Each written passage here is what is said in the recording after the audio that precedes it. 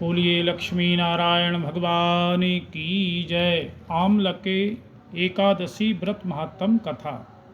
एक बार राजा मानधाता ने वशिष्ठ जी से पूछा कि हे गुरुदेव, यदि आप मुझ पर प्रसन्न हैं तो किसी ऐसे व्रत का विधान कहिए जिससे मेरा कल्याण हो सके। वशिष्ठ जी ने कहा, हे राजन, सब व्रतों में उत्तम और मोक्ष देने वाला व्रत है आमलकी एकादशी का व्रत। सो वह मैं तुम्हारे साथ वर्णन करता हूँ। फाल्गुन के महीने की शुक्ल पक्ष में एकादशी का नाम अर्थात आमलकी एकादशी है। इस व्रत के करने से संपूर्ण पाप हमारे नष्ट हो जाते हैं। इस संबंध में तुम्हें एक कथा सुनाता हूँ राजन। चैत्ररथ नाम का चंद्रवंशी राजा वैदिक नाग में नगर में राज करता था।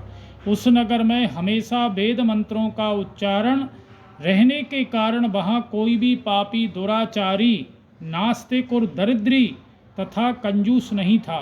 सभी भक्त थे। वहाँ के सभी प्रजानन एकादशी का व्रत करते थे। सभी भगवान विष्णु के परम भक्त थे। एक समय फाल्गुन माह के शुक्ल पक्ष की आमलकी एकादशी का व्रत किया। तब राजा ने नगरवासियों के साथ मंदिर में जाकर के कुंभ स्थापित किया।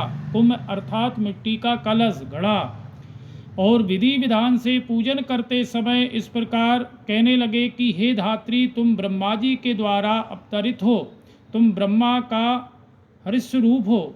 हे देवी, तुम सभी पापों को नष्ट करने वाली हो, तुमको मेरा बारंबार नमस्कार है, प्रणाम है।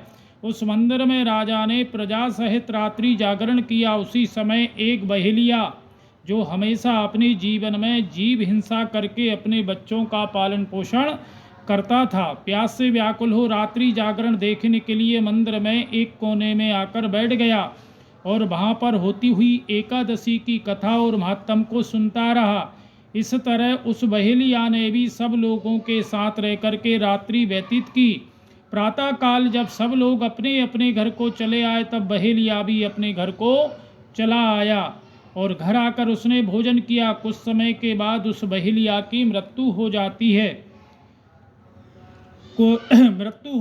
उसने उस आमलकी एकादशी का व्रत तथा रात्रि जागरण के प्रभाव से राजा विदुरथ के घर में जन्म लिया और उसका नाम वसुरथ रखा गया। जब बड़ा हुआ तो चतुरंगिनी सेना के साथ 10 सहस्र गांवों का पालन करने लगा और वह सूर्य के समान तेजस्वी, चंद्रमा की कांति जैसा और वीरता में भगवान विष्णु भगवान के समान और क्षमा में पृथ्वी माता के तुल्य था। वह विष्णु भक्त, सत्य वक्ता और अत्यंत धार्मिक था। एक दिन वह नृप वन में शिकार खेलने के लिए दुर्भाग्यवश से मार्ग भटक गया था। दिशा ज्ञान न होने के कारण वृक्ष के नीचे सो गया। उसी समय वहाँ पर कुछ पहाड़ी मिलेच्छ आए और वह राजा को मारो मारो शब्द कह करके टूट पड़े। कहने लगे कि इसी दुष्ट राजा ने हमारे संबंधियों को मार करके देश से निकाला है, उसको अवश्य मार देना चाहिए। इस प्रकार वहाँ के मिलेच्छ राजा पर शास्त्रों से प्रहार करने लगे। मिलेच्छ द्वारा छोड़े गए सभी अस्त्र शस्त्र लौट करके उन्हीं पर प्रहार करने लगे, जिसके कारण सारे मिलेच्छ स्वयं मूर्छित होकर के पृथ्वी पर गिर पड़े।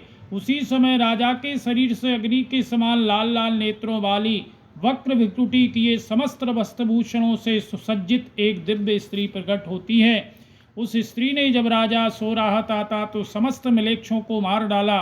जब राजा जागा तो उसने उन सब मिलेच्छों को मरा हुआ देख विचार किया कि इन शत्रुओं को मारने वाला मेरा इस वन में कौन हितैषी रहता है जिसने इन सबको मारा है। जब वह राजा ऐसा सोच रहा था तभी आकाशवाणी हुई कि हे राजन, इस संसार में तेरी रक्षा स्वयं विष्णु भगवान के अतिरिक्त और कौन कर सकता है।